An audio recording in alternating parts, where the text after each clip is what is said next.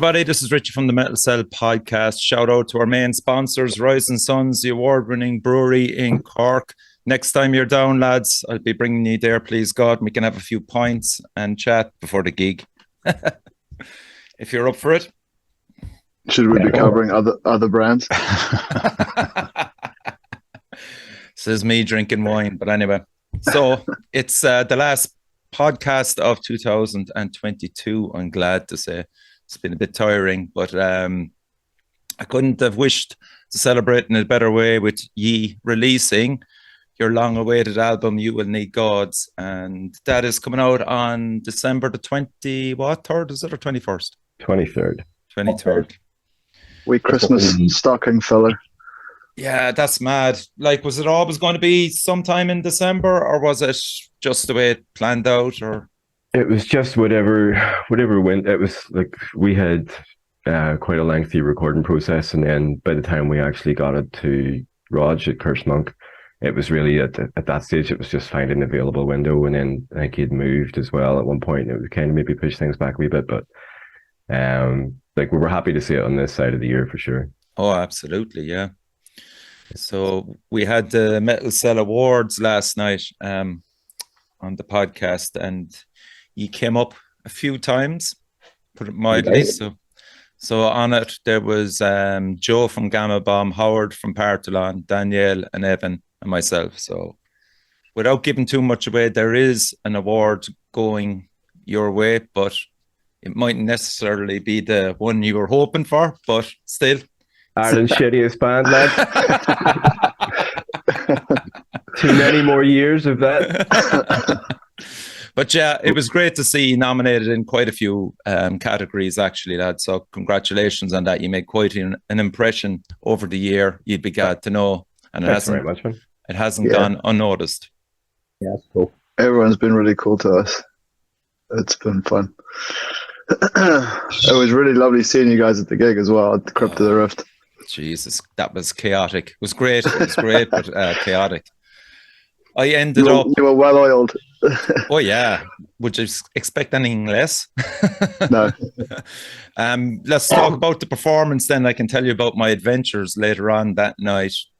You brought in a strong set into the gig. Had that set changed much over the last few weeks or months? No, I think that's the set that we played more or less in Limerick. Pharmacia. Okay. Well, for Monkfest. Yeah, for Monkfest, but there was a couple dropped off it because it was only a wee half-hour set there on Friday. But I still messed up the order. You mean we had an extra one? I think we had a brand new one to tag onto the end, but we ran over, I think. Then, okay. Yeah. And Dave, so was Monkfest your first gig with the lads? It was, yeah. It was a baptism of fire. I think I joined the band about a week and a half before that. I don't think I'd officially joined the band at that point. I was just I was given 14 songs and told to learn them. I was like, okay, we'll see how that goes. But that's brilliant, man. They love putting people under pressure, I'd say, these lads. I'd say people don't know half the stories that's going on in the background. Have I got more to learn, boys? Is that what's happening? Oh, we're pricks. We're total pricks. No, look, honestly, like the lads have been very, very kind to me, and they helped me out a lot learning the tracks, and it's been a fun time. It's been good. Yeah, and what's your background before that, Dave? I've been doing this for way too long. Like I've been in bands for many, many years, and things just never seem to work out. But we're at a place now where I'm enjoying what I'm doing. So and that's important too, man. And is it just bass? Yeah, it's always been bass. I played guitar for years when I was much younger, but it didn't suit me. Yeah, four strings is the only amount of strings you need. Respect, man, respect.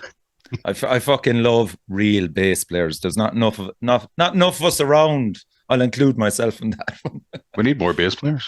Yeah. And did you enjoy your debut gig down in Limerick? Was that the first time you'd been in Limerick? It was. I'd never played further south than Dublin, so Okay. it was good. It was good to get down there, and it was amazing. It was so strange to me to see that many people enjoying music Hmm. and getting behind the bands. It was a really really good show. I loved it. It was brilliant. Yeah, because you Yeah, had Tombs and Slung from a Tree and Fraught on the bill as well. Like, sure, Yep. Jesus, Yeah. great bunch of lads there straight away, aren't they? They really are. Yeah. Yeah. I'd put my hand up and say I'd never heard of Song from a Tree before, but meeting the boys down there, they're great bunch of fellas. You know all about them now. I certainly do.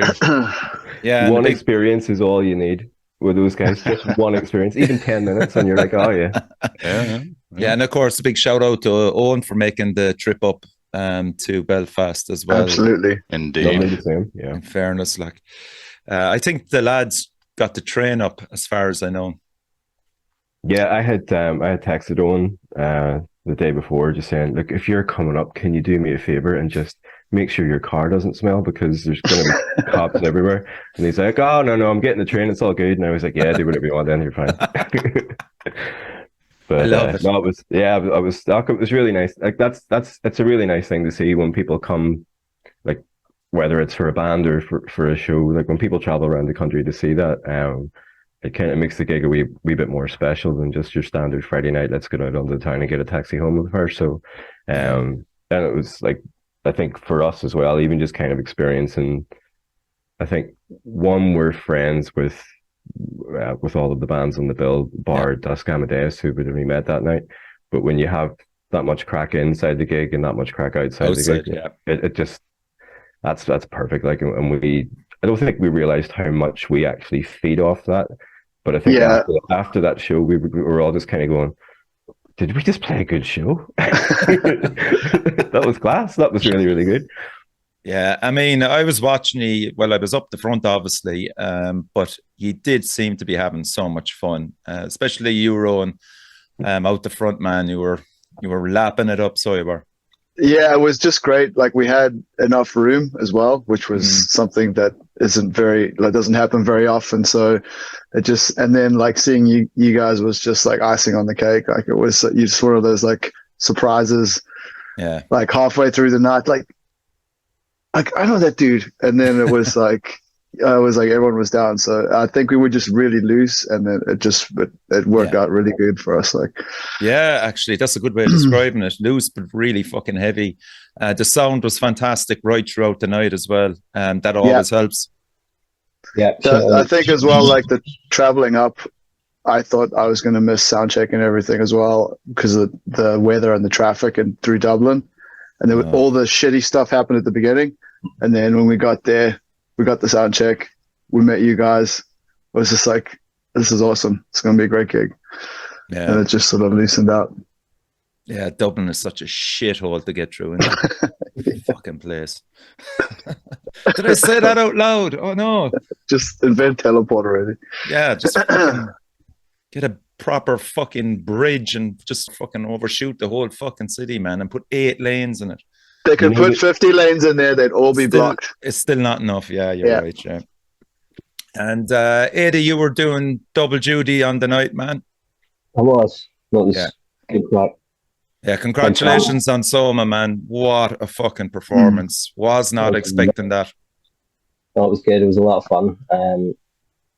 Obviously, towards the end of the Molarbear set, I was a wee bit cramped up, but it was good. It was good. Took me about 3 days to recover, though. Really? I'm not in the 20s anymore, man. Yeah, far from it. Felt like I got a boot. And like, because I was a bit critical at one stage or other. Was the Sky Pilot follow Soma, or was it straight was it Molarbear that followed? No, Sky Pilot went on after, so in between. I sort of asked if possible, could I get a wee break so I could have a wee pint and nice and come back up. Which I think was good. If I'd have rolled straight through, there's no way I would have got through our set. No chance. Wow, Jesus Christ! It is interesting that you like it's probably what you would have been playing for probably an hour. 80 would it have been in total? Yeah, an hour, which is weird because we play a lot longer than that in like one sitting at practice on a Sunday. We'd play Okay. for a couple of hours and it'd be fine. Yeah. But I think when you're on stage and giving it fucking stacks and the Yeah. adrenaline's pumping Okay. So yeah, and the adrenaline as well, and the pints. and the pints always And the helps. pints.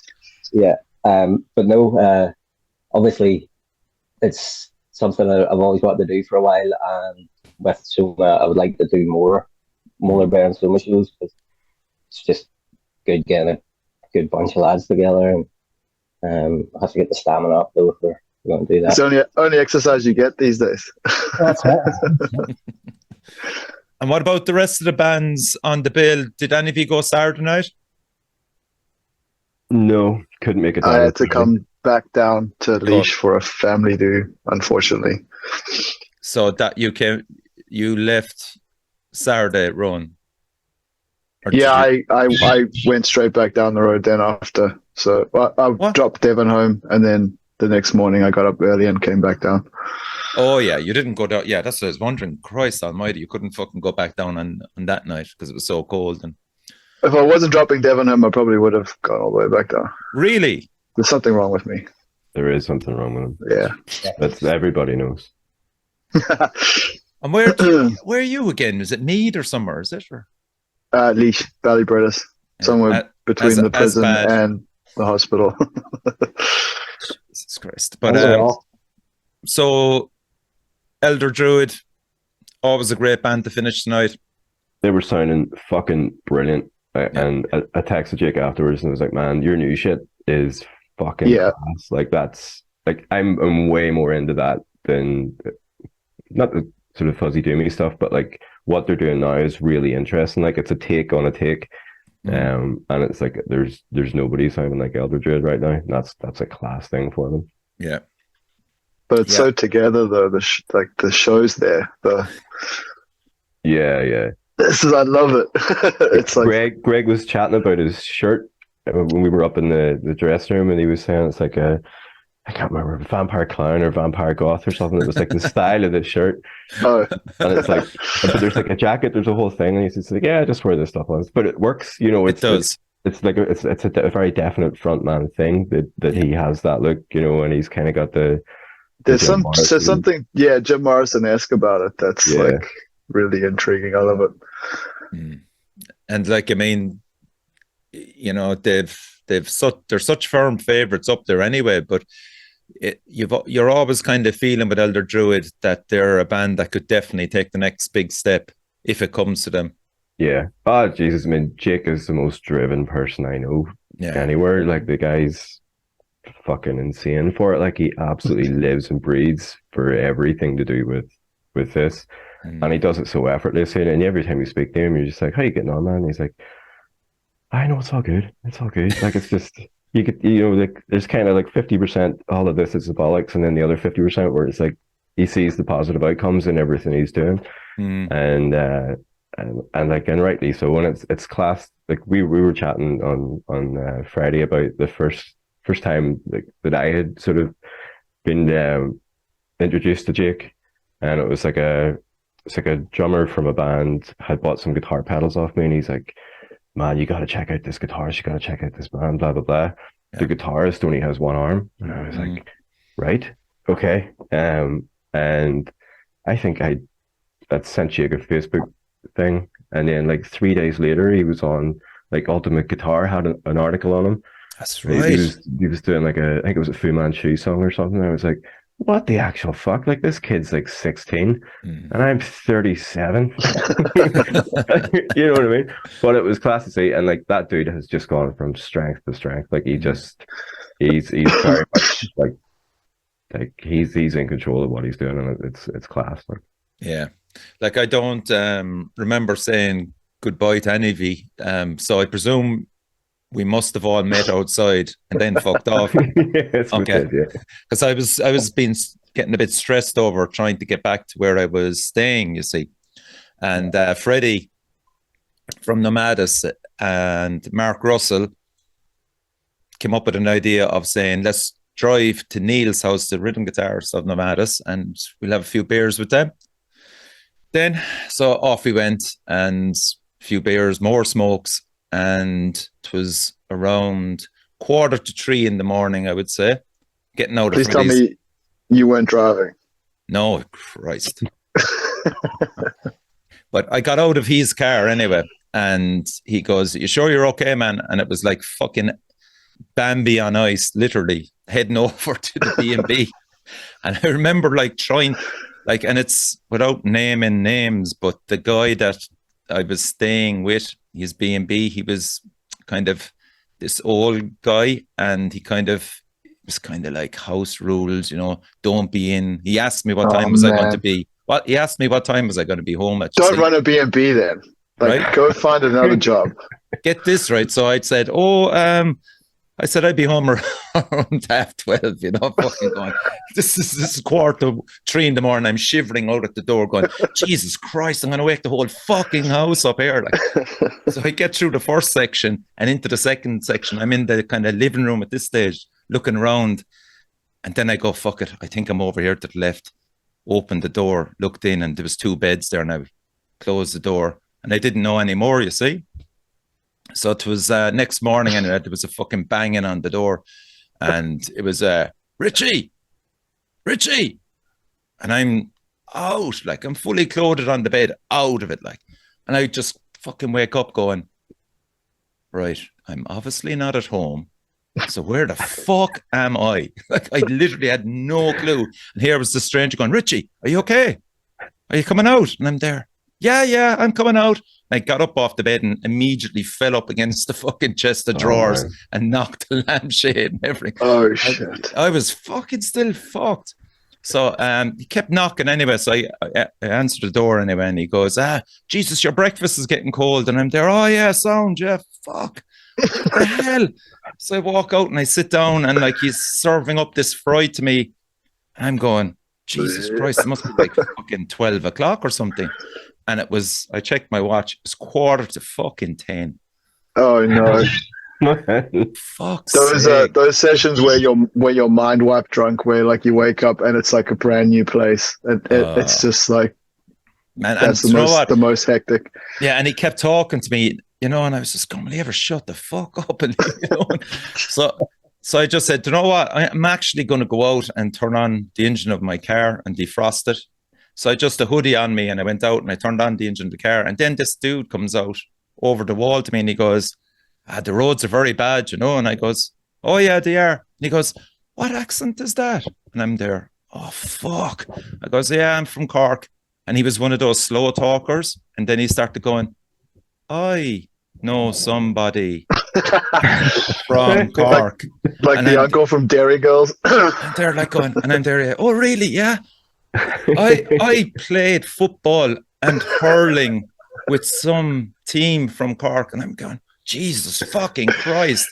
Fucking petrol will be gone in the car by the time this fucker finishes his story. Like, oh lads. Unreal.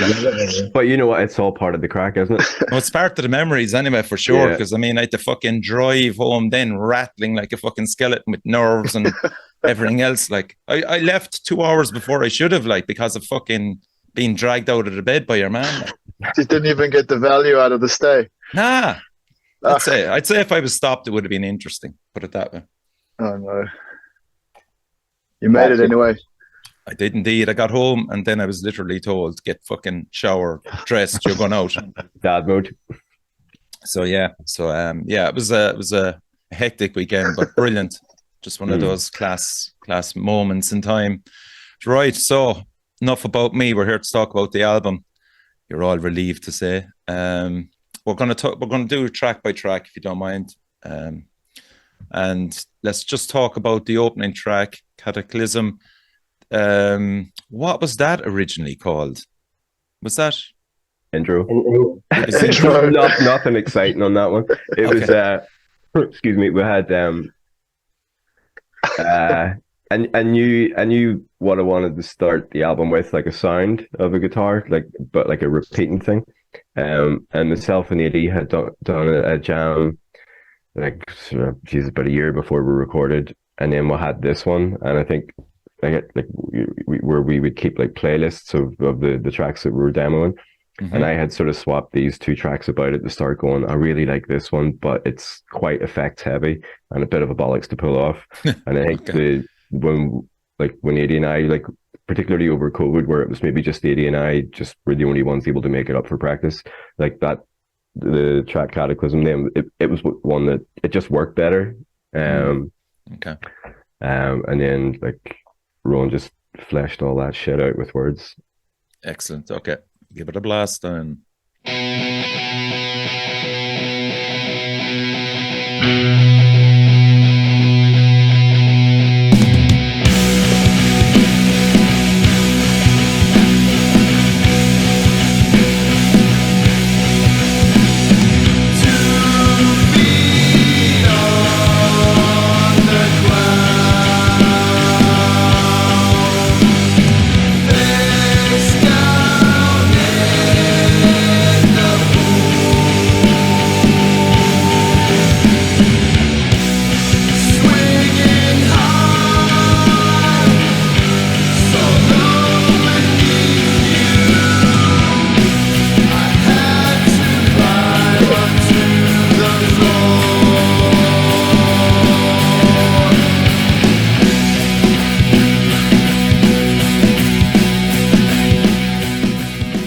I remember it's really about your stay in that B&B.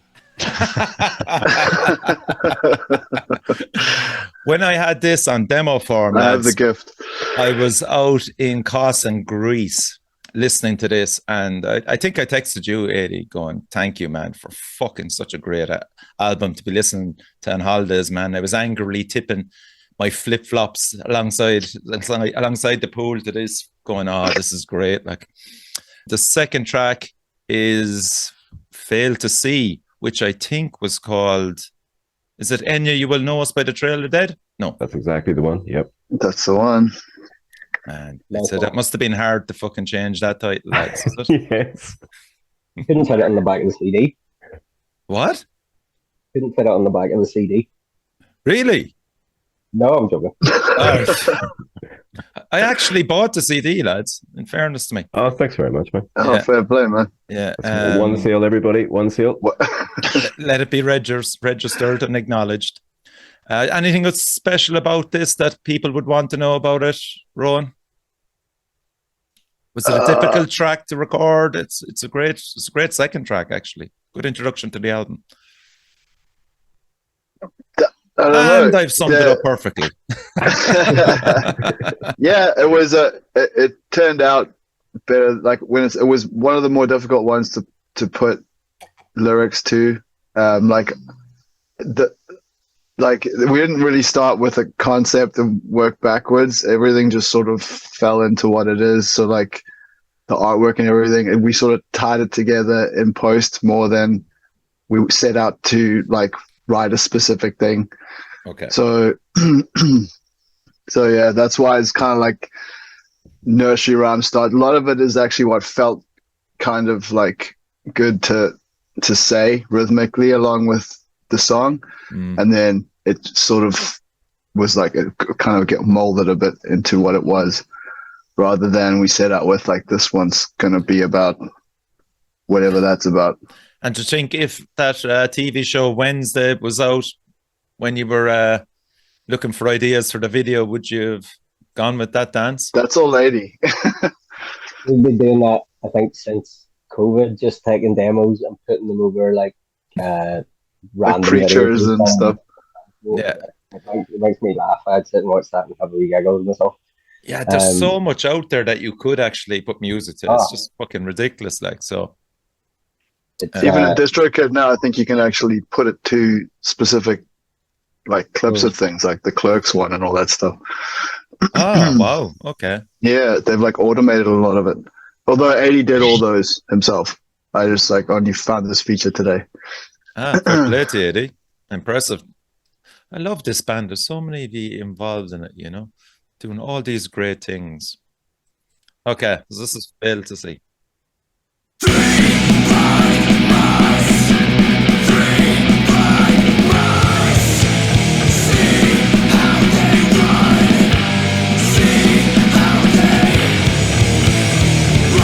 Away.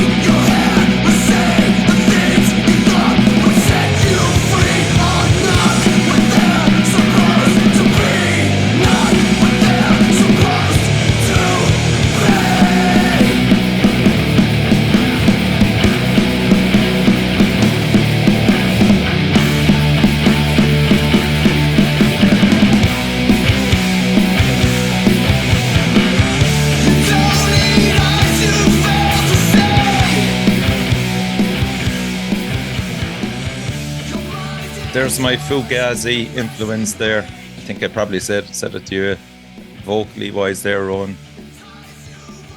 Fugazi, yeah, that just reminds me of Fugazi. That vocal delivery. Yeah, I actually Mo would be more like a Fugazi kind of dude. No, I'm not. 100%. Yeah. Like, do you hear that, Andy? In that, no. When you think of it now, like when I bring it up. Yeah, like that kind of, like even the riff that's underneath it, that kind of slidey octaves type thing, that's a very Fugazi type thing. Like, and I know Rowan wouldn't have went in very conscious of that, but I think his vocal lends itself to that style in the same way that the Fugazi boys do. Yeah.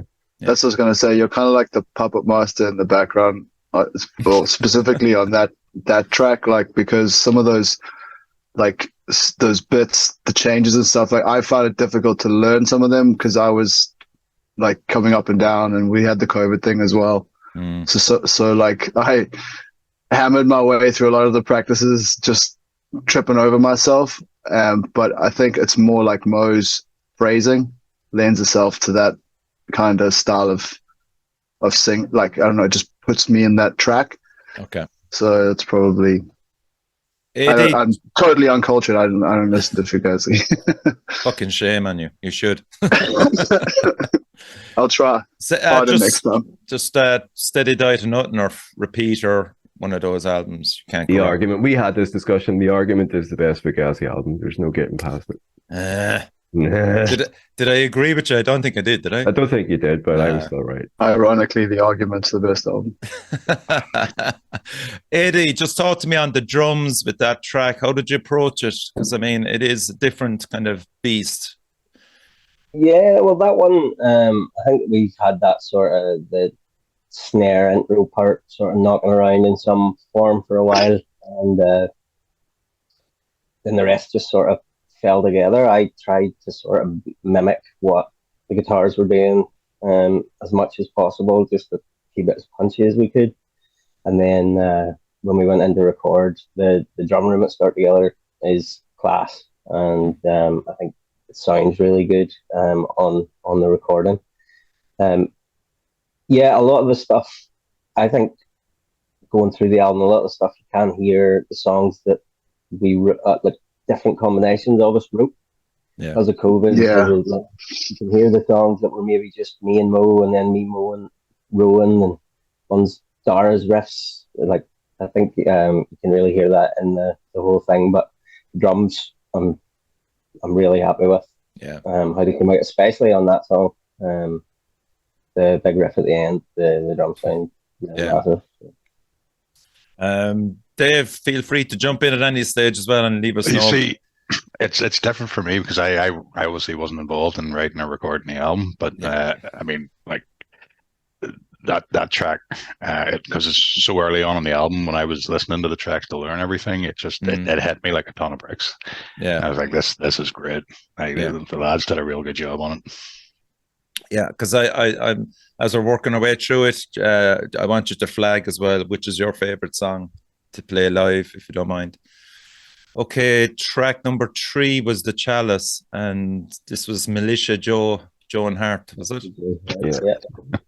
For fuck's sake, like, come on.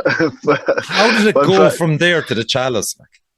When it was originally Militia Joe and Hart, I don't think there was any lyrics. I think okay.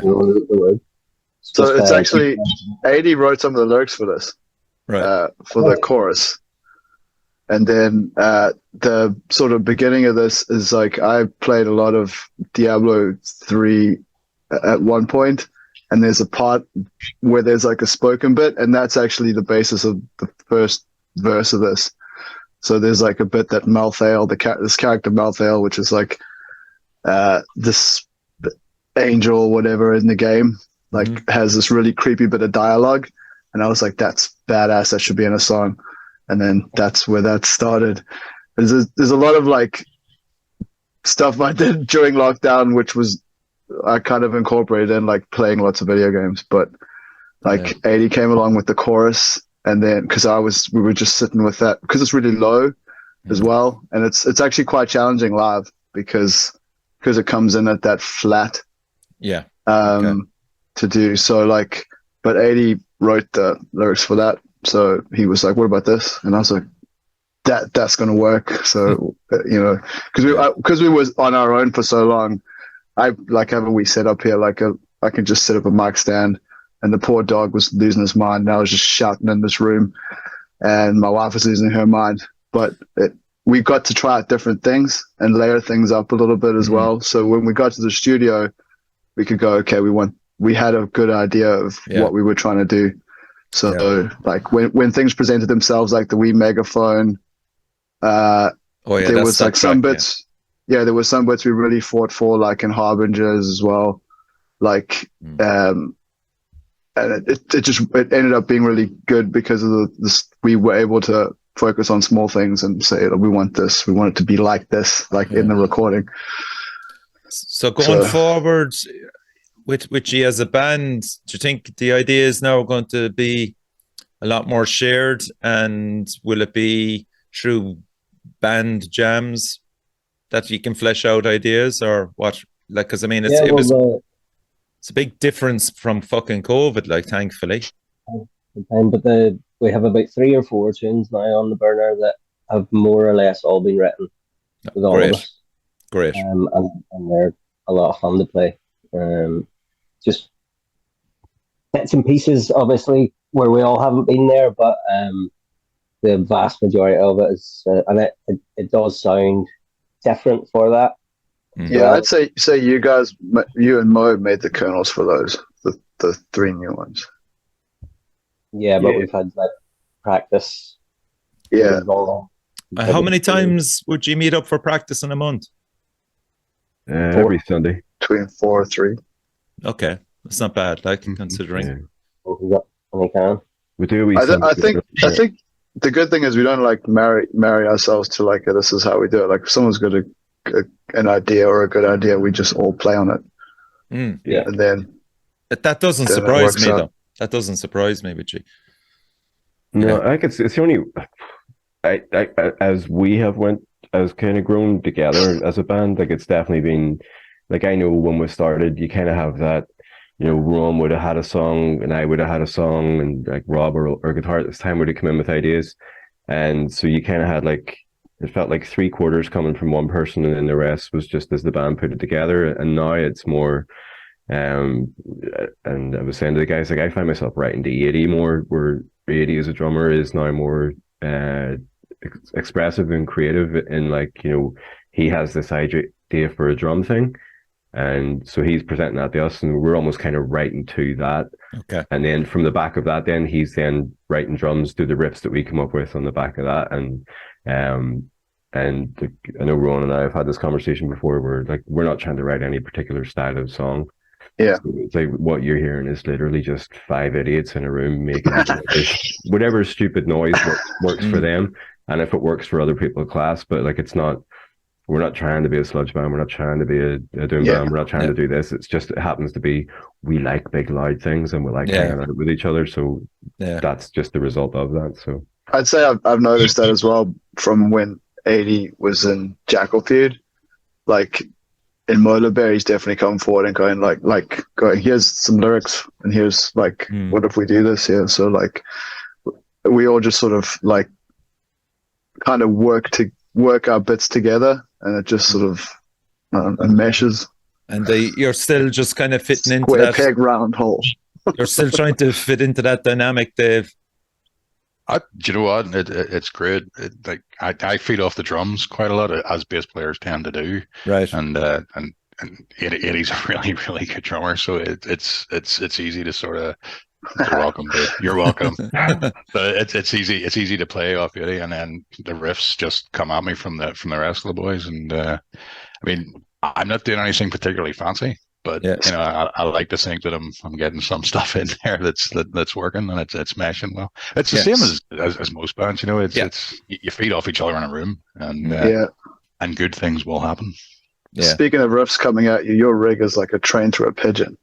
Like I stand exactly across from you in the practice room, and it's like, it's crushing. It's so good. So fucking loud. And like every bass player we have, like Dave's like our 126th bass player now, but hopefully a wee keeper. I have to say, I'm just saying it out loud. I'm fond of a wee Dave. Is everybody else fond of a wee Dave?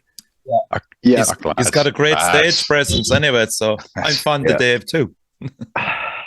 There's not much I can do. I'm 6'6". I just I take up a lot of space. If that's what stage presence is, then. But it's fucking frightening. Like the fact that you like one, you're playing those kind of like neon guitars, and then two, you're kind of standing above the bass rack anyway, and then three, like as Rowan said, we were playing, we have a new song called Eraserhead, which we were meant to play on Friday, but we didn't get a chance to. And Dave starts that just on bass, and it hits you in the chest. It sits on your chest, and like last Sunday we were down, and I think I missed the Sunday. I can't even remember why I wasn't there before, but like just hearing that for the first time with everybody coming together, and it was just like, holy shit! Like as a band to kind of get that. Yeah, thank you very much. But like, it's lovely to kind of experience that when it's your mates who are making that sound, and you're like, I fucking love this. Yeah. Let's just keep doing this. This is amazing. Yeah. So it makes the rest of it just so much easier. And the versatility as well coming in, like being that Steve wrote like the bass for the whole album, and he had like a specific style as well, and he did a fantastic job on the album. Like that has to be said too. And like he was really into his sounds and stuff like that, but there's like a viscerality or something to Dave's playing. It's just different styles, I guess. But like Mo says in Eraserhead, it's like being hoofed in the nuts repeatedly. It's fantastic. Yeah, and it comes across that way. It comes across that way live as well. It's fucking great, man. I've just always tried to find like the grossest sound I could out of a bass while still being audible, you know. But it's clear as well. That's the cool thing. Yeah. We'll go on to the Chalice, and we'll give this. Oh yeah, the album. Sorry. I did not know what it was. I sought wisdom in the chalice, but there was none. The sounds called to me, and I knew them as human souls. Human souls. We're all time living, but too stubborn not to survive. Time is unforgiving when demanded seems apart. I am my own religion. Faith is never questioning why. If a body catch a body coming through the bar, so I track them down to keep them for my own, to claim the prize. Don't sue me, Blizzard Entertainment. It was the sound of death and the absence of all light. Saint or bastard, the question still remains. Yeah, that was so fucking good. Live, I think that was maybe the second or third song, lads, is it? Second, yeah. That's class. I'm really glad to hear that, because like that one's always like, I'm always worried about that vocally. It's a difficult one to probably for you, as you said, with that kind of flat delivery. Yeah, but like when it works really well. When it goes wrong, it's really bad. It absolutely worked, yeah. Okay. I think those first two songs like are sort of in our wheelhouse. That's where I feel most comfortable playing, that sort of tempo, that sort of, I could drink a beer to this, or it's actually a good point. There's a few like that.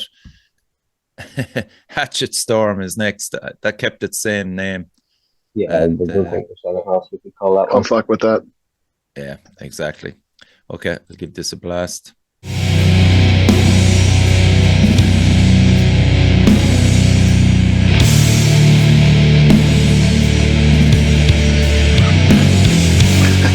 Now I've tried my level best to be nice about it, but I'm too tired to give two shits, both of which have turned to dust in the onslaught of time.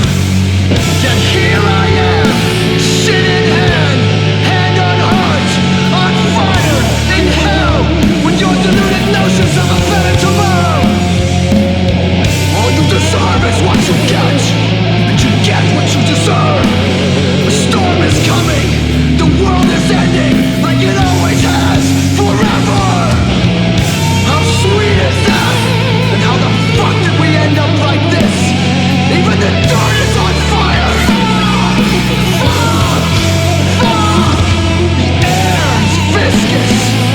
that just the blood in my lungs?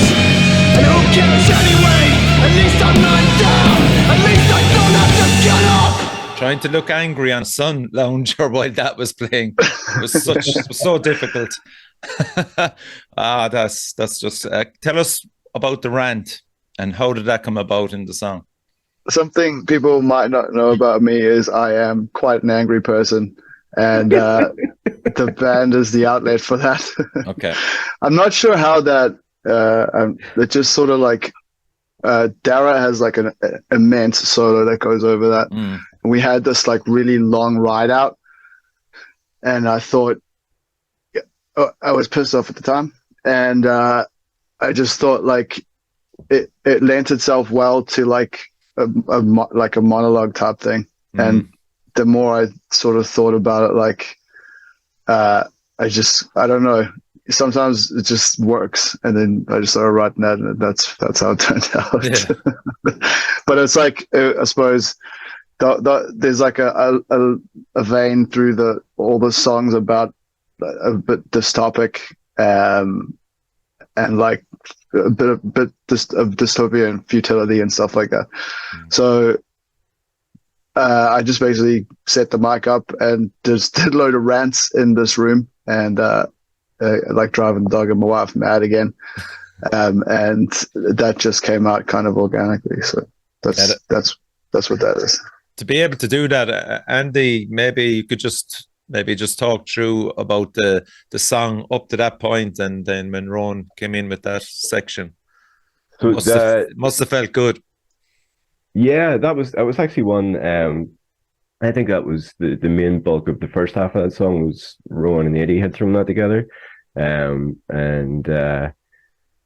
like it's really I love that kind of fast rip. It reminds me of the original sort of Belfast scene that we would have started in around sort of late 90s, early 2000s, where like there was a type of metal-y type sound that was moving away from what would have been thrash and sort of traditional type metal bands.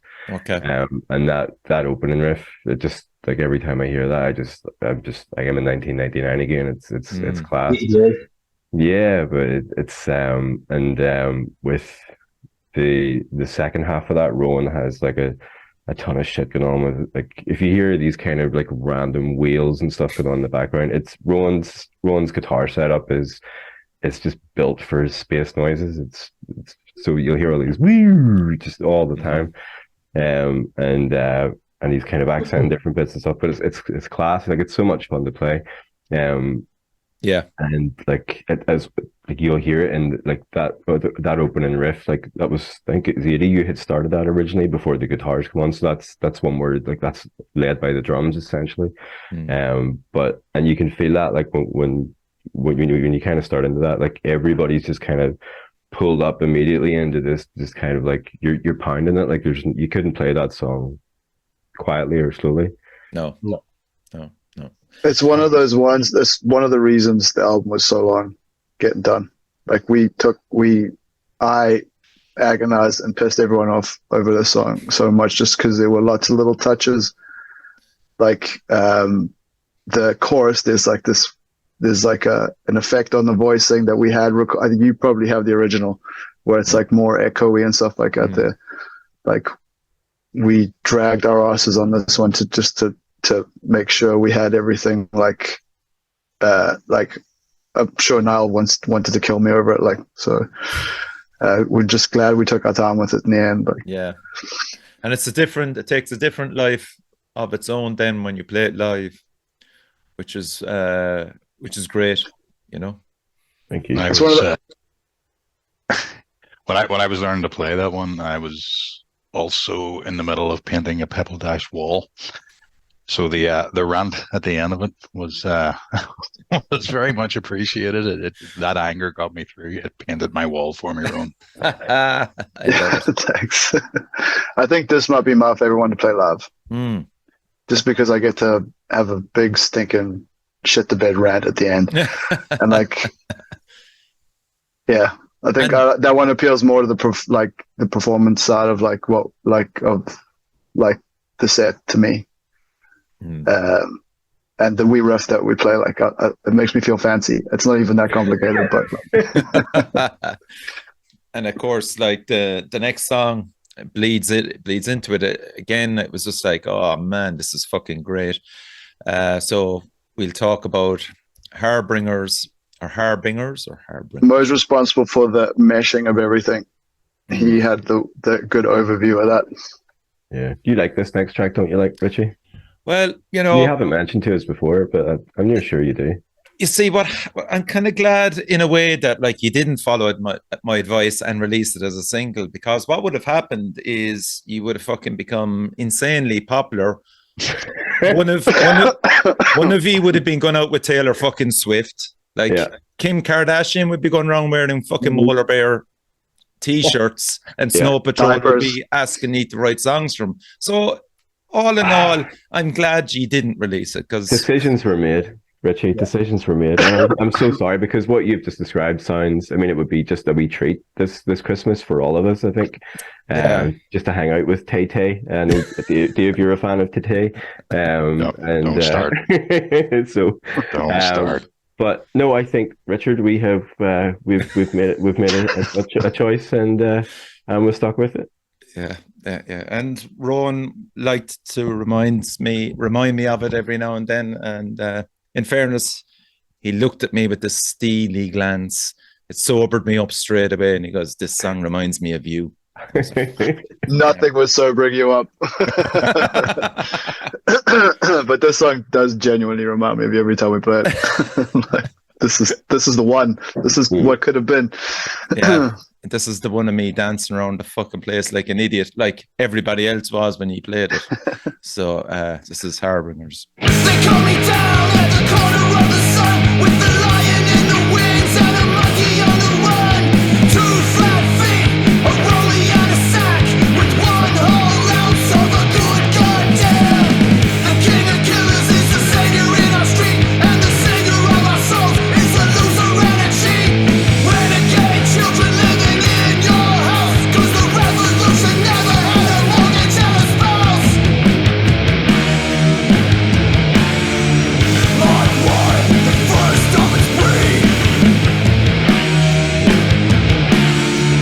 Mark 2, marginally exceeds.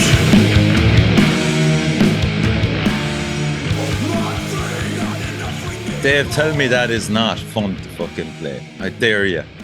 Oh, it's great, especially the end of that one. It's a whole lot of fun. It appeals to me on a very meaty level. You know, it's very beefy, and I'm all about the beef. All about the beef, man. And the only thing that was missing was cowbell, even though there was cowbell produced during the night. Dun, dun, dun, dun. Yeah.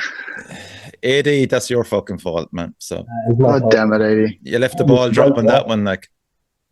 Shit. But I'm not one to hold grudges, you know. We'll move on. I've said my piece about the song, and The interesting thing about the title of that is that it came from there's like a thing called a Harbinger zip code, which is like there's zip codes where people tend to buy really unpopular products that fail, or tend to choose losing political candidates. Like their whole community's zip codes, and it's like it's a marketing thing where they're like, these people are terrible. So they have like a thing for that, and then that's kind of how that ended up being like the title for that, just in case. and that is and that's the kind of lyrics behind it as well, yeah. Yeah, I mean that sort of disaffected thing comes through in that song, like but these Harbinger zip codes, you know, like people that sort of the house values are lower. Like I suppose it's an American way of like describing a working class area in a lot of ways, and a lot of disaffect, like it you know, that disaffectedness can come from like, you know, that sort of thing. I don't know what I'm trying to say, but they seem to have this like weird terminology for it, like a Harbinger zip code. I thought that was kind of cool, and then also angry. Yeah, and as I said, it's like fucking Beastie Boys meets so many other great influences.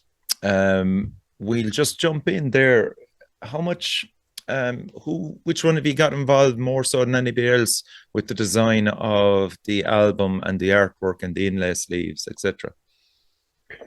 To be honest, it's we used Adam McCausland, same guy we used for the Sork Lord stuff. Yeah. And I think I'd said to you before, like normally the brief for Adam is like he'll say, what would you like to see on it? And you'll send him something and he'll be like, here's something completely different. And you're Yes. like, oh, thanks very much, man, that's class.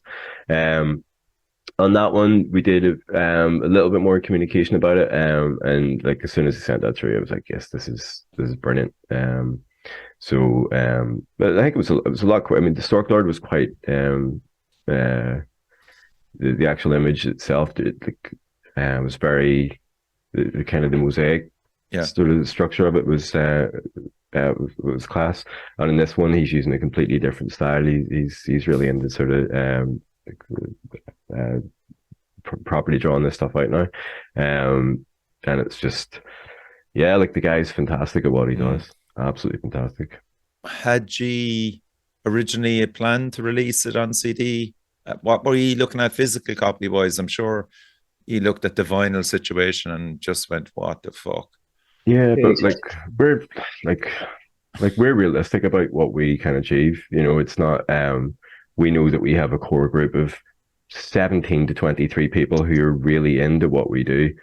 And given the cost of vinyl and all the rest, it's not financially viable for us or for in Roger's case for him to go down the vinyl route when we know we just don't have that kind of level of support. But we're okay with that. It's not why we do the band. And to be honest, like originally this was going to be digital, I think, Katie, wasn't it? It was when it was just ourselves. I don't think we really were too fussed about releasing it as a physical copy. Jesus Christ. You're giving me the shivers here. Fuck's sake, have you any consideration for the older people? Like, yeah, we only play in the band so we can make our own clothes. Yeah, we do. It's more just to hang out with each other at the weekend, just to say hello and catch up. The band stuff comes secondary, but no, it's tough. Like, and you know yourself, like you've for getting your own things sorted as well, Richie. It's like the amount of money that you have to put into it to get the return. Particularly, like I've had conversations with like Nomadic Rituals as well, where they were saying it's like you put so much money into stock, and then like a year and a half later, you're sitting looking at it going, please somebody buy this. There must be at least 3 small people out there who really like white t-shirts. And so it's tough, like, and this is a hobby for us, you know. It's like if we're losing money, then that's not good for friends as a hobby.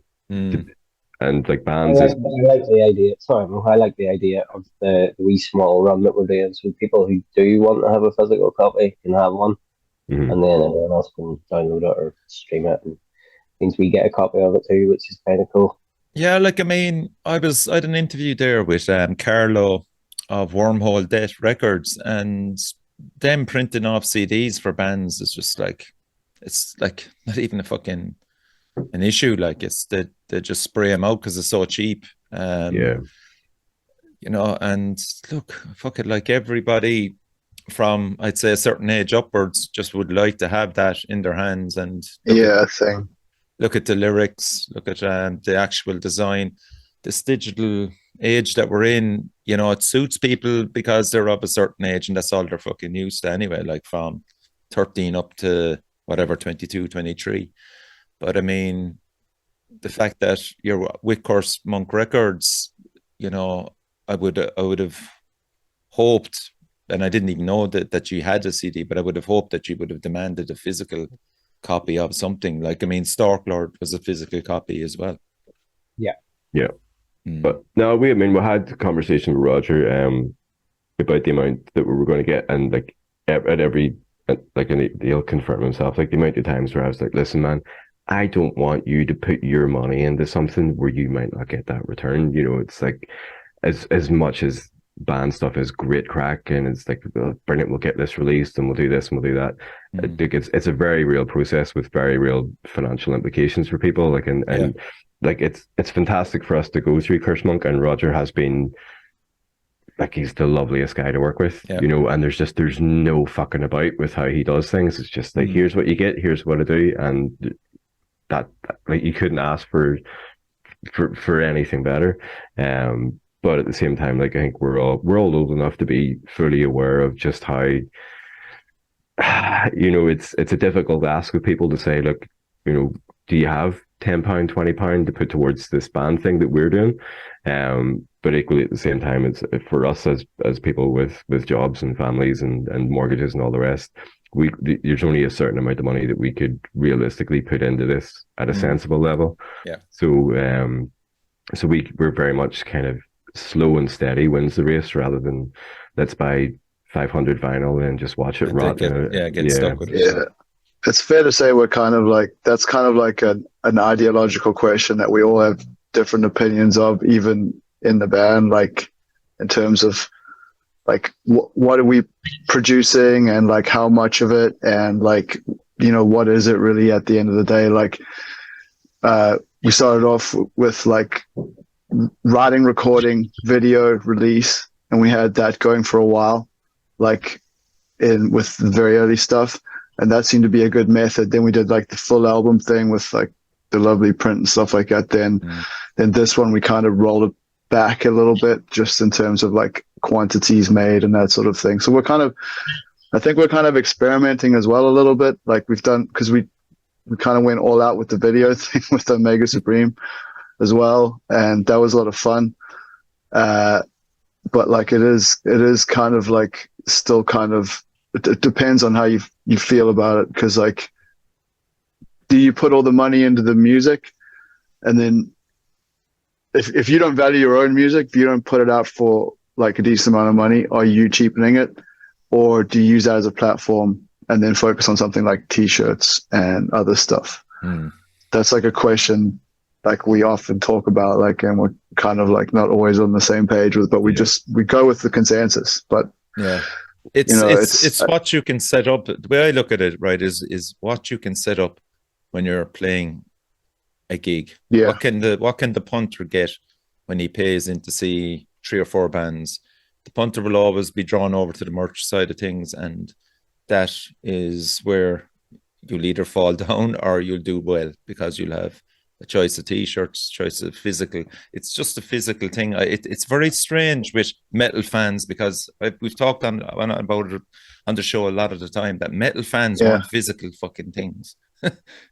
More so than most genres of music, more so than the dance side of things. I would say indie would lean to it as well. People want the physical copies of t-shirts, merch, vinyl, whatever, patches for metalers as well. There's a few things there that I suppose the average punter would expect of a band when he goes in to see them. Rowan and myself, we went over to see Cave In and Steak in Bristol. So good. Right. Wow. When was that? Was it last month before? October? Yeah. October. Yeah. And we had, so like, I'm a massive Cave In fan. Rowan and I both love Steak. If people haven't heard Steak, Jesus, go and check that out. Jesus Christ, go look at it. They're fucking amazing live as well. Yeah. And I know Jake Wallace had messaged me about them a couple of years ago. He's like, dude, this is going to be right up your alley. And it was like, fucking hell, it is. It was. It very much was. But myself and Rowan had went over, and like we went in, and we're at that level now where we, certainly for a Cave In gig, Cave In fans tend to be all like late 30s, mid 40s. Disposable income. Yeah. It's kind of there's a vibe about the sort of guys who go there. But we had went in very much with the idea of like Rowan and I had both checked out like the set list ahead of time. And I was sending him pictures of like, here's the merch stand as it is at the gig before, you know, let's look at these. Jesus, like, proper fanboys, like, oh man, but like total nerds. Like the show was £20 a ticket, and like the idea of just it was a small venue. It was two amazing bands. And when you've got bands who so rarely come into the UK for that sort of shows, you do want to support them, because it is that message to say, look, we will do as much as we can to help you come, to think that this would be a viable option to come back again, and also fucking hell, new band t-shirts is the best thing in the world ever. Everybody knows that. That's rule number one. But Rowan had bought an LP, a steak LP, which he didn't own. I had to take that in the green bus home. He fucking carried that by hand, not even with a bag, but carried this fucking LP from our B&B, all the way to the airport, ran to get his flight, carrying the LP. It was literally the last thing I seen was him running down the tunnel with his fucking LP swinging around. So you're absolutely right. People will buy physical stuff. It's in many cases, it is very much part of keeping a band alive, but at the same time, it's part of the experience as well. It's not just seeing the band. It's like 80 has a wild reputation for losing t-shirts after a show. He's a wild man for band merch, and then lads, I have lost that. So, but that's nearly a very, very sort of Irish thing. You're sort of saying we don't want to bother people with our merch, yeah. But we probably should, and you make a great point. Why would it be any different for anyone else? When I go see a band, I want their stuff. I want to wear it and promote it and that sort of thing. So I suppose that's a good point. Because often the best conversations in the world is somebody stopping somebody going, "I love your t-shirt." Yes, I did that the other day with the Destiny shirt. I remember the Deftones in the 90s. That's how old I am. And they had they seemed to have a different shirt, or they had all these different shirts, and it was what you could nearly sort of tell what album they came in on depending on the shirt they had. There was one if you were there was the one with the cat and stuff on, and then they just had all these different things in Metallica font, and you were wanted to. It was like Pokemon for the 90s, so I don't. Yeah, the thing is, it costs so much to get a huge print run done, and then you're sat with it. That's the only thing. Yeah. And it's inevitably someone comes on and goes, "Do you have a 7XL?" And you're like, "Don't have that, man." Happened to me today. It happened to me today. It wasn't 7XL, but it was just oh, for fuck's sake! I only got 2 of them, and of course, somebody then is looking for a third one, and you're just going, "I'm going to be caught with fucking 4 or 5 of them." And you feel terrible. Oh yeah, absolutely. Right. First layer of skin, track number 6.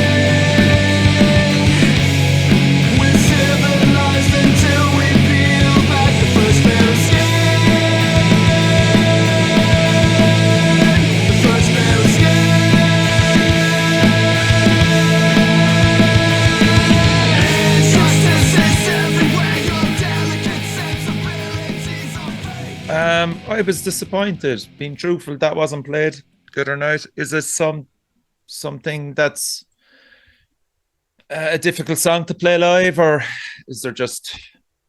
It took me about 10 hours to record that. Okay. I don't know what it was. I couldn't make my brain... We were so tired at one point in the studio. It wasn't 10 hours, but I have some kind of aversion to that, and that I guess it didn't fit as heavy as the other stuff in the set. The other songs just have a lot more punch to it. That one's more gradual. Yeah. Speaking for myself here. Yeah.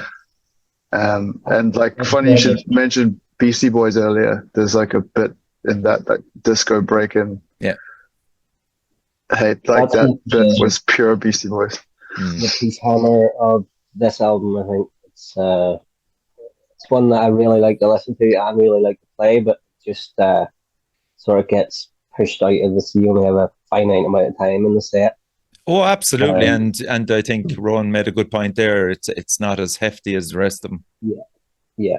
But I like that one. It's probably the most sort of pop punky sort of vibe Yeah. to it. I know I was listening to a good bit of the Bronx whenever we started writing that. Oh, really? Yeah. Yeah. That middle section on the drums, just like I'm sick of it all, is what I always hear. I fucking love that. Fucking when those drums kick in, I'm like, yeah. But oh yeah, let's look for the fucking name. Oh, That might be the first time I've heard that Circles. since we recorded it. Oh, that one we called that one Circules, I think, wasn't yeah, it? it was Circules. Circules. Yeah. So that's the oldest Molarbear song, Richie. That one's from 2012, so it's 10 years old again now. What? You're shitting me. That was Jesus. like an early demo from way back that didn't even surface until like a couple of years ago. And it's a fucking Today great I learned. track. Like, it's a great track. But I just thought it was just the way were you just struggling with the delivery of it, Rowan, and not knocking it in any way. Like, but I was just, and of course it just didn't hit me at the time that it just didn't match up with the heft, because like that's what it was all about Friday, and it was just all about the heft. Like, I mean, Yeah, no, like I mean, in terms of the it's a great writing, song. like It's a great Yeah. song. the only thing, like I struggled with the recording, like putting it down. I just couldn't, like, I don't know what it was. If it was fatigue or something like that there, but like in terms of like the way it was written, I think Mo, was that one of yours? yeah, it was from way back. Yeah, But like I don't think. I think that's like us retrospectively looking at it, like saying, like I think we just didn't include it in the set because the other songs had more like heft in them. But I don't think we struggle with the delivery of the vocals, or Okay. So it's a is that possible what you're one. saying? Yeah, I was just wondering about that. It's still not discounted, and it might make an appearance on one of your sets later on down the line, maybe. I think it would help because it's in that sort of like Harbinger's pitch, Yeah. like where it's like da, da, da, da. Yeah. It's heavy. It's heavy when we play it in the room. Like it's a lot heftier Yeah. than. I think that's just the nature of it, isn't it? When the amps up full fucking tilt. Any opinion of it, Dave? I think it's the only one on the album I don't know how to play.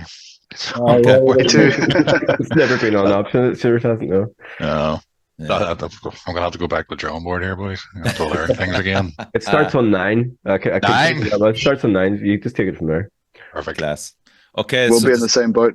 title track, You Will Need Gods. Did we discuss this? I'm not sure, because We did not. it was called Bloodletting.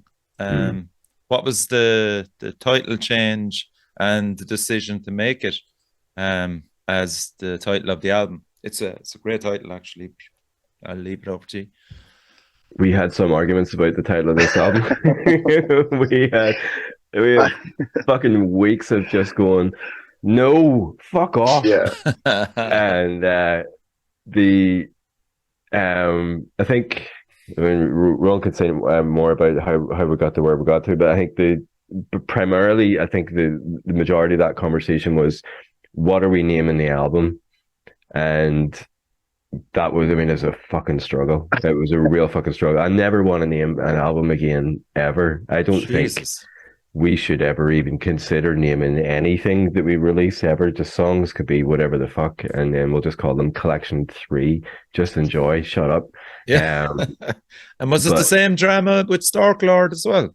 No, because Storklord was It had a theme. it had a theme, and like the Okay. idea of Storklord came from another band that I had gigged with years before, where they had this fake album. So I was like, I want to make a real album from that fake album that was called Storklord. So Okay. like lyrically, that all came Okay. from that. Then, so but this one was just blank canvas. So we had to retrofit some of the like storyline to it. So like I had in my head, Failed to See in my head was called Pyrrhic Victory, and I had this like Roman style space Romans, like I don't kind of thing going on where like legionnaires that Jesus. Did that you say all that shit. romance?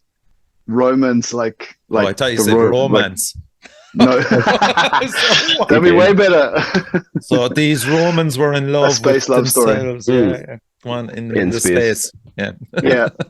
So like that's so yeah. So I had this weird thing about that, and we kind of met at this, you will need gods thing. I just had this like idea of like this big, like fighting the sun and stuff like that there, and then Mo was like, stop that, and so we came to like this thing of, because of all the stuff started emerging out of it, really, like the dystopia, the disaffectedness and all that stuff, because it was in COVID as well. Everyone was pissed off, like so I was more pissed off than usual, and then so we kind of were like, yeah, this is like like a situation where like there's no rules, like everything's just fucked. You will need gods, and it just came out like, but when we hit that, it was going back and forth with like, what about this? And then there was like names of stars and all sorts of other stuff going back and forth. And then when we hit on You Will Need Gods, it was like, yes. And then we then revised all the tracks. So we sat with all the names of the tracks, and we're like, Jesus. can't have Solar Black Ops, can't have this, can't have that. And Bloodletting was actually okay, but then just it kind of suited the thing to be You Will Need Gods, because then we had a title track. Yeah. That's my version. I might have a different version. No, that's a good version. I like that version. Yeah, well, Of course, that's the official.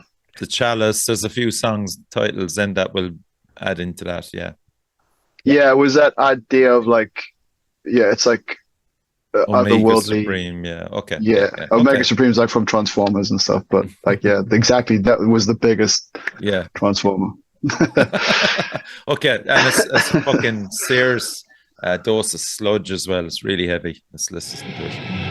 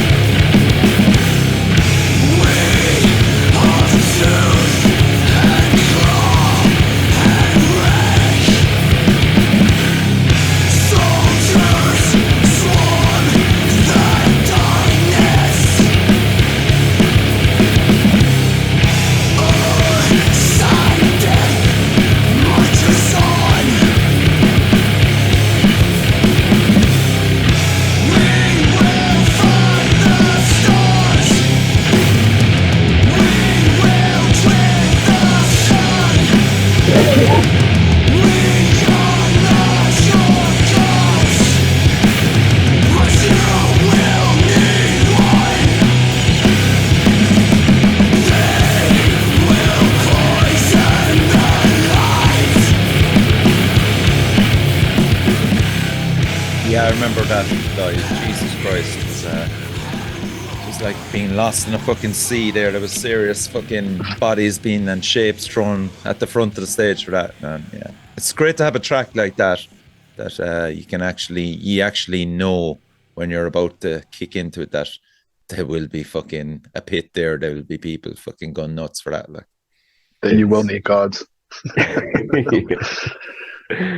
Yeah, it's like we were funny again after the Friday thing. We were kind of like, we'd got some of the set footage back, and there's definite points where like, that's a fucking mosh pit. That's actually people like really enjoying what like, this is very bizarre and surreal. But it like and even from that, I mean, we could see there's a couple of songs where it's like, shit, that I wouldn't like. Divine Treason was one as well, where it's like, yes, that's where people are going fucking nuts there. And it's good as well, because now that we have that kind of visual feedback, I guess it helps us with shaping the set. Yeah, because you couldn't fucking rely on Andy to fucking even be looking up Rowan and AD, like, you know, what does he know about fucking gigs? Like, he's just got his eyes closed, fucking head banging away in the background in a different world, like. So I'm glad there's footage there so you can learn from it, like, especially you, Andy. Well, I was as surprised as he was. To be honest with you. I was just cracking up laughing at Andy, like, just fucking, I mean, in a parallel universe, man, you must have been having great fun as well.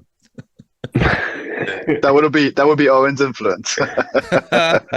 Yeah, Owen nearly killed that gig for all of us, and just saying that now. Slung from a tree, band saboteurs, do not be anywhere near Owen Stay away. for at least an hour before your set. This is a public service announcement. Fucking hell, that boy is a fucking danger. But yeah, no, yeah, I mean, it was fucking brilliant to play live, and those sorts of riffs as well, where you're just swinging your arm into the guitar. Like, it doesn't, it's almost like there doesn't need to be any sort of cohesion or frets or fingers or any of that shit. You just fucking smash the guitar in the same rhythm that the Yiddies hitting the drums, and it's just. But there are nice little touches in it. Like, that's one of your bad boys. That one, Mo. And like, there's like that. There's just little small things, and then like in the second verse, there's like a little chord going in underneath everything. Like, there's just little sprinkles and stuff in it that are like it's thumping all the way through, and then there's just like Dave cool bits. Dave adding the fat in as well at the back. Yeah, this is one of my favorite ones to play live, just because it just does have that primal sort of beat to it, and it's not Sepultura primal, but you know, it's close enough though, man. It's just fucking it bangs, it slaps. I think is that what the kids say? No, it slaps. It's like it goes hard. Yeah, it's like a Panzer division there, man. And you're with AD and yourself, the rhythm section. Jesus Christ, yeah, it was a standout track of the night. I think there's that sort of that run at the end of the set with this one and the next couple tracks. It's just that's my favorite part of the set. It's just it makes me feel warm and fuzzy inside. Me too, to be honest. I really fucking enjoyed the last half of our set. fuck the first half, but I really enjoyed the second half. First half, guys, come on. I know that bit there is that bit of the set's Murderer's Row for me. That's where my vocal cords are just basically like a broken cat flap, just going. And in fairness, Witness and Sky Pilot as well, their last few songs, Jesus Christ. Again, like, it was just that just the night itself just lent it to fucking seriously brilliant hef at the end of every set, you know. It was class start to finish, man. It was absolutely fucking brilliant lineup. They have those like trance like riffs that ride out the end of the song, and then with and like credit to Andy with the lights and everything there, it's just like everything is just starting to like, and even Soma have like a bit, it just felt like it was like a synthwave thing at some points as well. Like there were just so many cool bits, and like I had a great time. Yeah, there was a lot of gurning going on. Omega Supreme, we'll give this a blast and then we'll talk about it. A first night with a serious mind complex and refinement. Nothing that I wanna cast off. The kind of race for a serious age on the digital page. That's my family know that I am the boss. I'm a man, I'm the fire brand. I am Sam Marathon man. I am the head of God. A holy roller and I'm turning truth over. A person Corolla in a pitch black parking lot. I got so much glass in my feet. I got the street when I walk. I got so much glass in my soul. I got the sky when I pray. God of the city, Goliath's son, Omega she claimed. Stars are a pattern of bruises. Who would have thought you'd have to get used to acting in front of a green screen? not wrong. You took it like a duck to water. Yeah, That fucking makeup was the worst shit ever. fucking hated it, and he looks so much fun. I sent a picture to his wife, and I was like, "Look how amazing he looks," and Rowan was like, "Fuck you." It was fucking hilarious. It was, yeah, absolutely. Fair play to anyone that puts it on every night. That it was uncomfortable. It was maybe the crappy pound chop hair I had on as well. That was bad as well. How did you script that? We didn't. You didn't. You must have had some fucking mad idea. We had Rowan had sent me this footage. Oh, it's fucking amazing. I would recommend it to anybody. It's this one Japanese guy, right? He has. What is it? It would have to be Japanese. Oh man, This guy, he acted out an entire Godzilla movie, but he played all of the parts and It's so sang good. he sang the entire soundtrack. And then when Godzilla's meant to appear, and he's like, it's the weirdest fucking noise. But I'll we send it to you. It's fantastic. it is so good. We were going to try and do something sort of similar to that. And we were going to use like cardboard boxes for buildings and stuff. And like everything, these things start off as like fantastic ideas, and then on the day we've actually done nothing about it. And it's like, what can we do? And like originally, I think we were going to use face paint and stuff, and then 80 was like, no, fuck this. I've just found this like dinosaur mask online. And then Rowan was fucking David Bowie suit that he's fucking. Look at that shit there. And we went up to Brilliant. did we film the outdoor stuff first? I can't remember. Well, Yeah. No, we did we did inside Yeah, first. did we sort did of, yeah. the inside stuff, and then the next week we went to Willie Dixon and ran about like idiots and Oh, yeah. disturbed people's walks. Yeah, just so many People are dog walkers. genuinely asking us, "What are you doing?" And we're like, "Well, I'm basically in a leotard, and he's in a dinosaur mask, and we're basically punching each other in the park." Is that not okay? Yeah, I tell you, it was interesting. the Buzz Lightyear. For those that are listening in audio, Rowan has a kind of Buzz Lightyear helmet on his head. Stop listening on audio and watch the video. Yeah.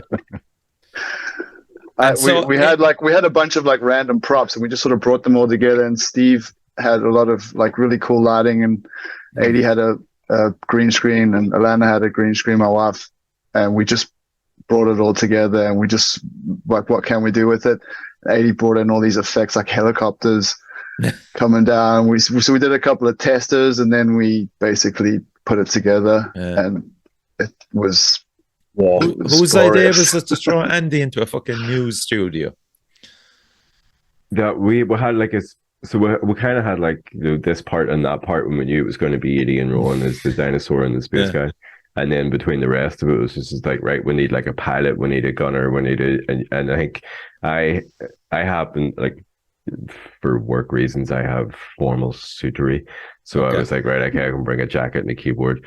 That keyboard was minging, by the way. It was fucking stinking. I get so much. My wife was just like, "Did you take that keyboard?" And I'm like, "Yeah." She goes, "Did you clean it?" And I'm like, "No." She goes, "You're a dirty fucking prick." But like, yeah, like Steve had like a fucking like military looking cap, and then Dara had like a military jacket, and so it was just kind of who can do what. And then because Dara's so like, just because he's not on the call, I can say this, but like he's so fucking lovely looking, he's so handsome, and we were just like, let's get him as the newscaster because he's just got that lovely fucking presentable face.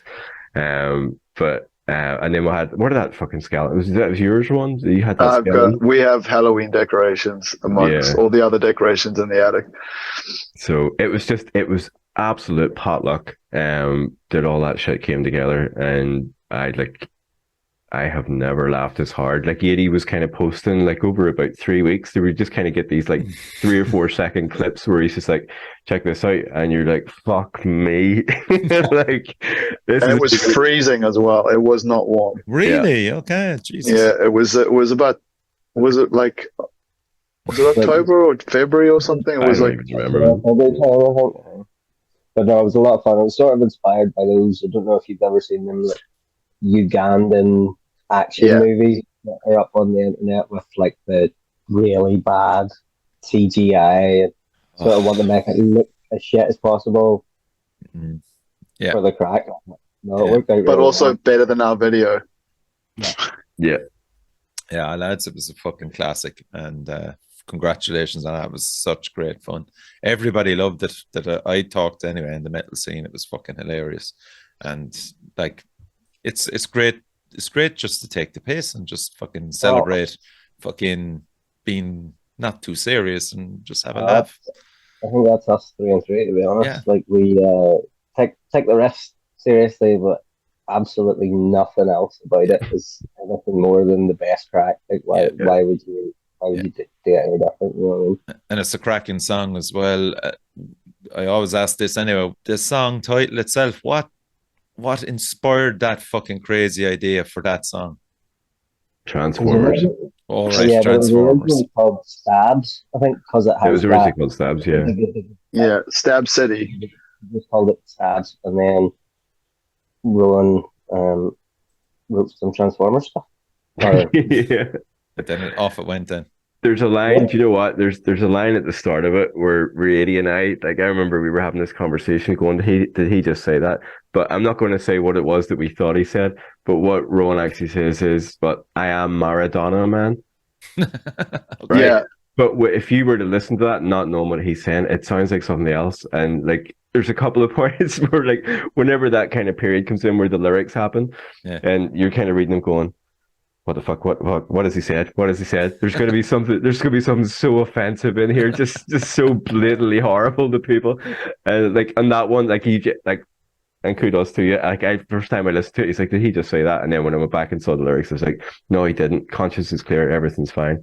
But it was another angry rant beginning, but there's a bit at the end as well. It sounds like it was I am Beyonce, and it sounds like I am Beyonce. And now I keep saying I am Beyonce whenever we play it live because I can't get that out of my head.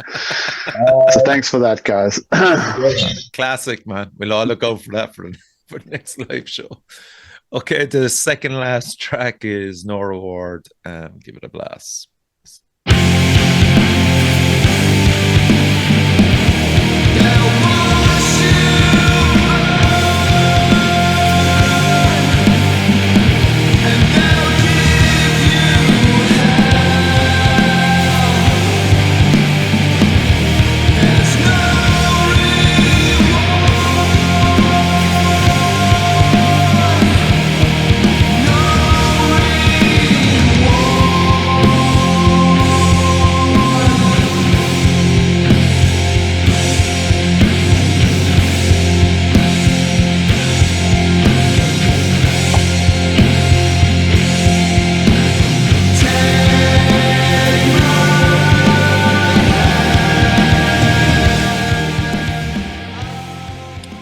That's another one of my favorites that didn't make the live set.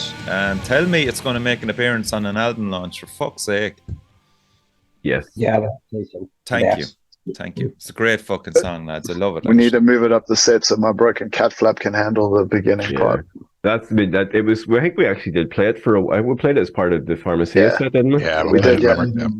Yeah. Oh, okay. I didn't know that. Yeah. So yeah, it was just it would have been bumped for time, as you know. But it's easy to play. It's fucking it's class fun, and it is class. Yeah, and great vocals as well, Ron, for that. Thank you. You'll have to put that at the start of the set. You're saying, yeah, in the first few songs. Yeah, or just further up where my voice hasn't turned to pedal. Yeah. But it's just like everyone got to put all their delays and effects on for that there. So that was just like pedal board jizz. Everyone just put everything on and like. Wouldn't doubt you. Yeah, it's great fun to record that one. Yeah. Is there going to be a launch show? Correct? Is it announced yet? We think you were at it. Yeah, you were at it. We don't really do stuff, Richie. Like if with Storklord as well. Like Jake says, "Do you want to play Crypt of the Rift?" And we're like, "Yeah, man, let's use that to launch Storklord." And with this one, we were like, "Let's use this one to launch this album," but we just didn't tell anybody and just kept that to ourselves. So I think also the release date kind of feeds into that because 23rd is really odd timed at. Yeah. I'm not accepting that as an excuse. I'm not accepting it. You can go fuck off. You're not doing this now. There's going to be a proper launch. Here's what's going to happen. So this thing comes out on the 23rd. Jesus Christ, fucking hell. So it comes out on the 23rd. Everybody that's listening who has stayed with this podcast so far, oh Jesus! I want you to do yourselves a favor and buy this album. Yes, because it's fucking lovely, and we'll put a lot of work into it. And then you'll do a launch show then. We will launch that record straight into your ears through the medium of whatever you've bought it on. So and then don't listen to them, people. Don't listen to them. They're fucking doing a launch show in January or February, and if the Metal Cell has to fucking put something behind it, It'll happen. It's as simple as that.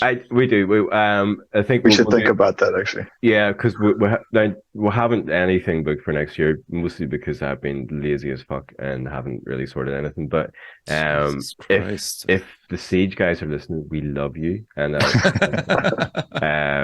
Okay. but like we're definitely like our next show I think will be in Ireland for sure. Like we're not like we'll play Belfast like last week, so it'll be a while I think before we're back there. So Okay. I would say Limerick, Cork would definitely be on the cards. Nice. If anybody's listening and would like 5 handsome boys to come down and smother you with riffs, we will happily do so. Okay. Well, That's we should do it in the Midlands. We'll do a Belly British launch. See what happens. That would be fucking class. There's a shed down the end of the road here. Yeah. Anyway, that song has to be heard live. I haven't heard it live yet, and looking forward to it. The last track, Divine Treason, an obvious closer, probably. I think so. Yeah. I think at the end just sort of lends itself quite well. The record, and the gig, and we'd like to finish with it because of that big beefy outro at the end of it. I think it was the last thing we recorded as well, wasn't it? Because that was like right at the end of that. We had to sort of go back in and sort of Rowan was like doing like additional vocals, and the last line in that, the "I doom you all," like we'd done so much, and then you had been singing a part, and you could hear where your voice was like shredded. Yeah, and it was just like, can we capture this? Can we, like, I want you to fucking scream this as hard as you can. So literally the last thing you hear in this album is Rowan's voice just shitting itself right at the end of the recording session. And it's a great line to end an album, just saying, "I doom you all, go fuck yourselves. Thanks for buying this." But it is like, I don't like, as Edie said, like it's a perfect way to close an album. Like it's just, and it's so much fun to play as well. And it's different for us as well. Like it's not it's heavy in a different way for sure. Yeah. Okay. Yeah. Give it a blast. I am a destroyer. I am lost. I cannot fight on because I object. I panic as real, but my premise is not. I don't have a pulse, but I'll take yours. The living are play and killing is lie. But I don't agree, so I lay on my side. Harvesting souls, extinguishing light. Function is nothing, so why defect? Defect. Defect. Defect. Defect.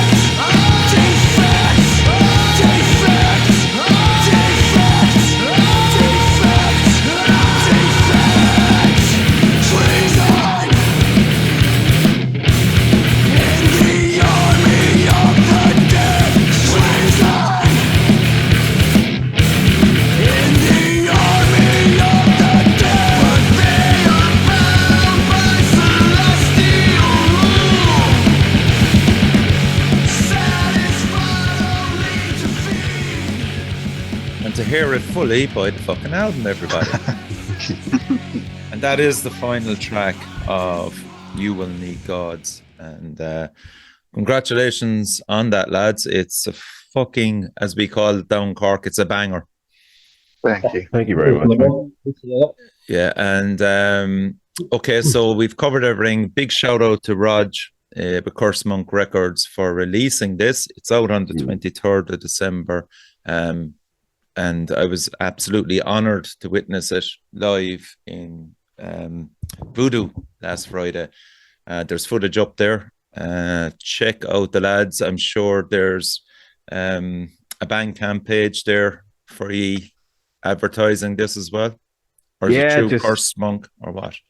So Curse Monk are doing the pre-orders, and then from the 23rd, you can buy it from either from them or from us through the Bandcamp. Okay. Or all major streaming platforms. Yes. Love it. All right, in the back of my car. Or the back of his car, yeah. or the back of some venue next year where we will see Molarbear live, preferably down south. And We will be down. Yes, Yeah, that was so good. Always Good our seeing favorite you gigs guys. coming down. So like it's definitely happening. So yeah, like, yeah, and you always have a good time down south anyway with love us. it. Yeah, you do. Fucking In love fairness, yeah. And Yeah. regretfully, I missed the Cork gig. I think I was called in for work. I was going to wear a fucking gold suit and shit like that for some plan or some interview or something. I can't remember. Can't remember. Was that what the it one where the someone won? Did Cork win the sports games? And we were unloading gear, and there was like it looked like we'd rolled into a ghost town because everyone was in watching it the was. final. It was. Yeah, it was the final. Yeah. And then my wife texts me, goes, "Cork's going to win this," and I literally got the message. And then we were like loading gear out. The next thing all you heard was like the whole city just go. We were like, "Holy shit!" And then it was like awesome after that. Like it was just such a good night. Yeah, wasn't it lucky it wasn't fucking Elton John or something like that? Like, Jesus, who knows?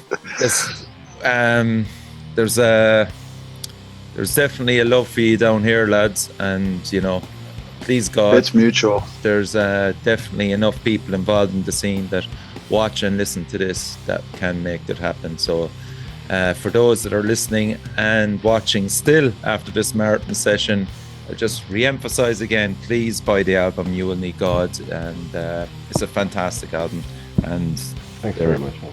there it is, well covered in our award ceremony, which will be coming out after this. So Aid, Rowan, All of us. Dave, Andy. I got stuck for Dara. Fucking hell. Dara. Yeah, big shout out to Dara who didn't make it tonight. And listen, lads, thanks for coming on the show, and I much appreciate that. Thanks very for much for everything. Cheers, Richie. Appreciate it. Yeah, and crucially, support your local metal scene. We love you.